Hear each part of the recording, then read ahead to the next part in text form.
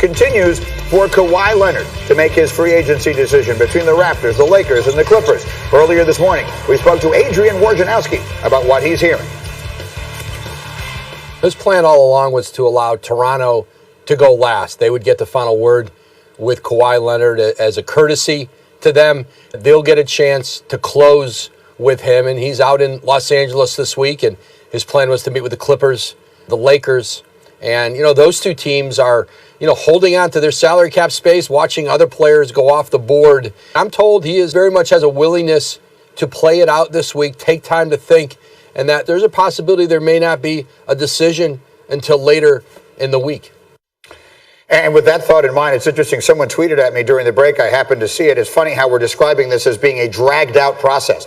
It's Tuesday morning. This thing started Sunday at 6 p.m. Just the way it's played out, it now feels as though Kawhi is sort of holding everything up. This does actually seem to be a more natural way to make a decision of this magnitude in your life, the way that he is doing it. So let us recklessly speculate here, because that's what we occasionally do. As we read whatever tea leaves we can, and he's a difficult one to read, what do you think is going to happen? I don't think too much actually can be made about the fact that he's in Los Angeles. I know we keep talking about that. There's a lot of guys that come to L.A. in the offseason. Kevin Durant spends a majority of his offseason, and has since he was at Oklahoma City in Los Angeles working out. So I don't think it's too much to say, okay, hey, wait, he went back home where he's from, to read into that. I think at the end of the day, Toronto gives him the best opportunity to be successful, to financially benefit as much as he possibly can, and to be on a championship caliber team right away. I think all three of those things get checked if he stays in Toronto. Okay, now reckless speculation has to be based in something. You've got to have some sort of facts. And we don't know much about him because he doesn't speak that much. But here's some things we do know.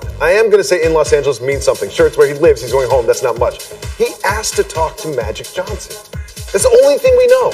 We haven't heard of any meetings except for the fact that he reached out to talk to Magic Johnson. And he's not reaching out to talk to Magic Johnson about playing with the Toronto Raptors or the Clippers. He reached out to talk to Magic Johnson to talk about playing for the Los Angeles Lakers. He's going at some point to take a meeting with them. We've heard he's going to sit across the table from LeBron James.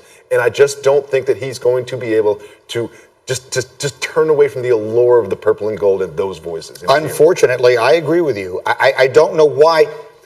He could very easily have just said to the Lakers, I'm just not interested. My decision for the longest time has been between these two teams, and left it at that. He has invited all of this. And once you do, that means your mind is open to it. And if your mind is open to it, if you have asked to speak to Magic Johnson, who's not even officially a member of the organization anymore, that suggests to me that you're giving this some serious consideration. And once you do, you got to talk about checking a lot of boxes. You want to win, that's the place to do it. You want to be close to home, that's the place to do it. You want history and tradition and enthusiasm and all that, that's the place to do it. My gut feeling is the fact that he opened this door means it's going to be very tough to shut. Now, these were also just things that we heard, but players talk to each other about playing together. And we've heard earlier, before all these decisions were made, that he was talking to Jimmy Butler about pairing up with him. We heard that he was talking to Kevin Durant about pairing up with him. This doesn't sound like someone who wants to join Danilo Gallinari and Montrezl Harrell with the Clippers. Well, and that's where I would say the Clippers have fallen off because of their inability to get anybody else that could really support Kawhi Leonard in that move. So I agree with you from that perspective.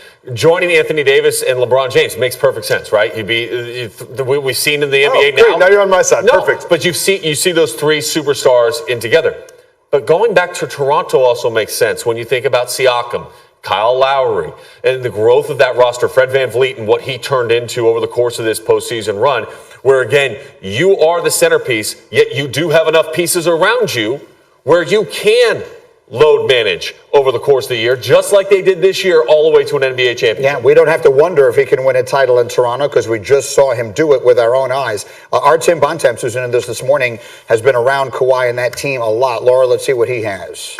Yeah, I had always thought that it was the Clippers all along, just based off of what we think we know about Kawhi. But you hear what they're saying, and you kind of read the tea leaves here, and it does feel like they've fallen off a little bit. When you look at the Lakers, when you look at Toronto, and just what they can at least present to Kawhi from a team standpoint, how much do you think this does have to do with his health and him wanting to make sure that there's longevity here to win more championships? Well, I think for Toronto, they're probably hoping that's a big component of what he's looking for, right? Because Alex McKechnie, the trainer for the Raptors, who ironically was with the Lakers, with Phil Jackson, back with Shaq and Kobe in the early 2000s, is regarded as one of the best trainers in the league, and is a guy that Kawhi really trusts and respects. And you go through the way this season's played out, with him being on the load management plan, which he told our Rachel Nichols during the NBA Finals he would not have been playing at that point in the season if it wasn't for it, right?